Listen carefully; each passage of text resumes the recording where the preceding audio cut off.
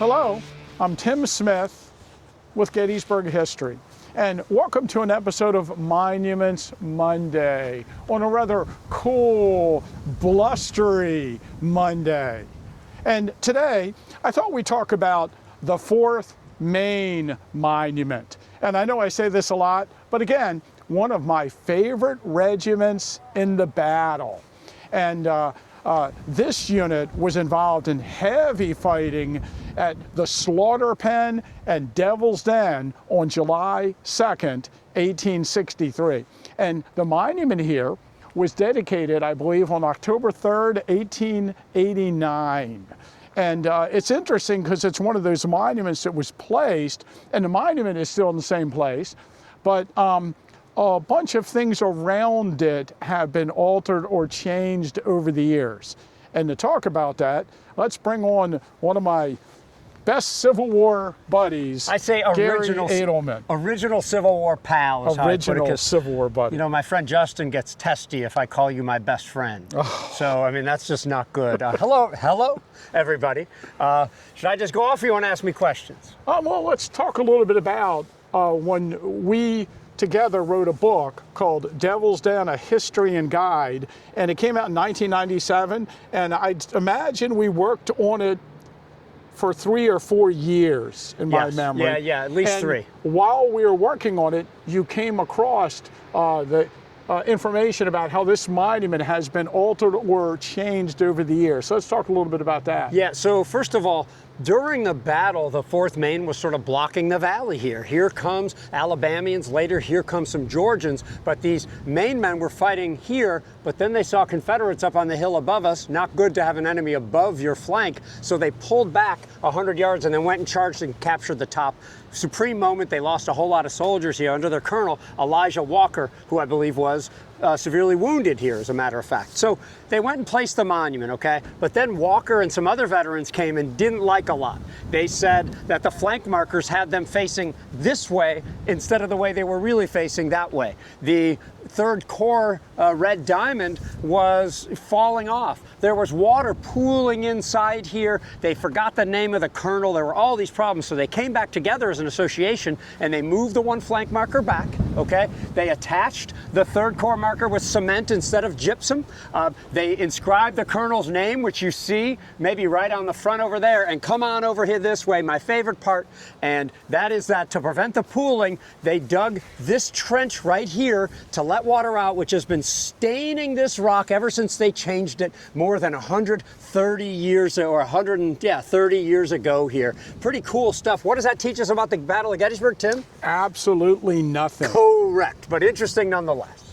Now, the other thing, we'll put a photograph in here. We're fortunate, and I think it's 1898 that William Tipton took a series of photographs here, and one of them happens to catch the flank marker of the 4th Maine while it's still in that area. In situ. So it had to have been moved back after 1898, and we'll show a photograph of it there, and then maybe a photograph of the modern monument that's along the edge of the expanded Plum Run. And I like that. I like what you did there real quick, because here you, wow, it just got really dark from a tiny cloud.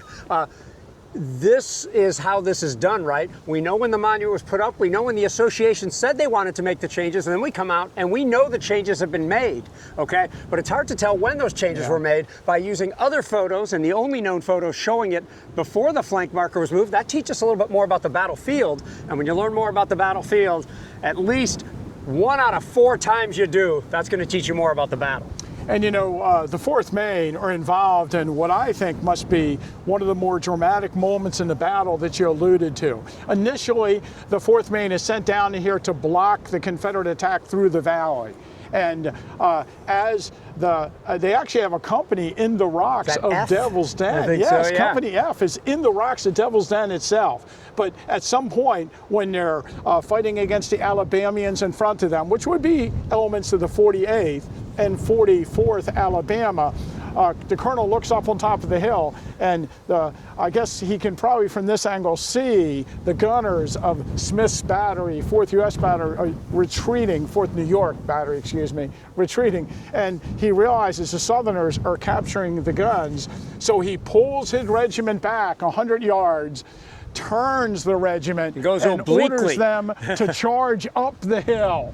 And he says, in one of the accounts, they say the clicking of the bayonets that he ordered them to fix before they charged up the hill was one of the dramatic incidents of the battle. Yeah, and how cool this is. Alanna, if I could get you to go toward the top again there too. First of all, this is why you preserve battlefields. You can almost picture it and imagine that, but it also tells us something. First of all, some of you might be noticing, well, Smith's guns are all the way down near the touring avenue now. You couldn't possibly see them amongst the guns. Well, first of all, we have now proven in that Devil's Den book that those guns were to the right of the 99th Pennsylvania monument that you see up there. The monument was not here during the battle. But also, after you capture cannons, you don't just stay there. You move to the crest, see what you're going to do next and whatnot. But the 4th Maine plus those Pennsylvanians made that position up there for a time stronger than it had been all day. And for my money, one of the dramatic moments in the battle is when the 4th Maine charge into the Alabamians and Texans, drive them out of the guns, and then the Georgians come on. And for a while on top of that hill, there are men of the 99th Pennsylvania, you can see the monument, the 4th Maine, in hand-to-hand combat with probably Georgians, Texans, and Alabamians, while Union artillery from Little Round Top is lobbing shells into the mob. Indiscriminately about the crest. And Confederate soldiers are lobbing shells into the mob. I think one of the Confederate shells takes off the head of the colonel of the 20th Georgia. John Jones, I believe, is his name. So, I mean, all these things are fascinating when we come to study the battle. One other thing I wanted to mention here, Gary, is that when we first read about the 4th Maine Infantry in this battle, we realized that the 48th Alabama was on their flank and had firing out of the edge of the woods. But when we wrote our book, the edge of the woods was right here, where the cars are near the bridge, and it was the restoration of the woods to their historic appearance and historic site that really revealed how far this fight occurred between the 4th Maine and the 48th Alabama. And let me just tell you, that's close enough.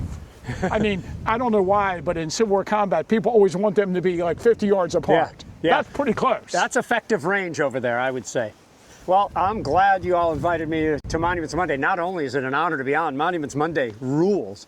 And others are trying to come up with, including the Trust, with ways to contrive a catchy name and always release on a certain day. But so far, you guys own this space, it seems. And this is one of my favorite places on a lovely, lovely day. Well, we welcome you to Monuments Monday. Hopefully you can return again and talk about your favorite monument on the battlefield, whichever that might be. Well, thanks everybody for listening. And again, if you like all the historical content that we provide on our YouTube channel, please like and subscribe and hit the little notifications bell.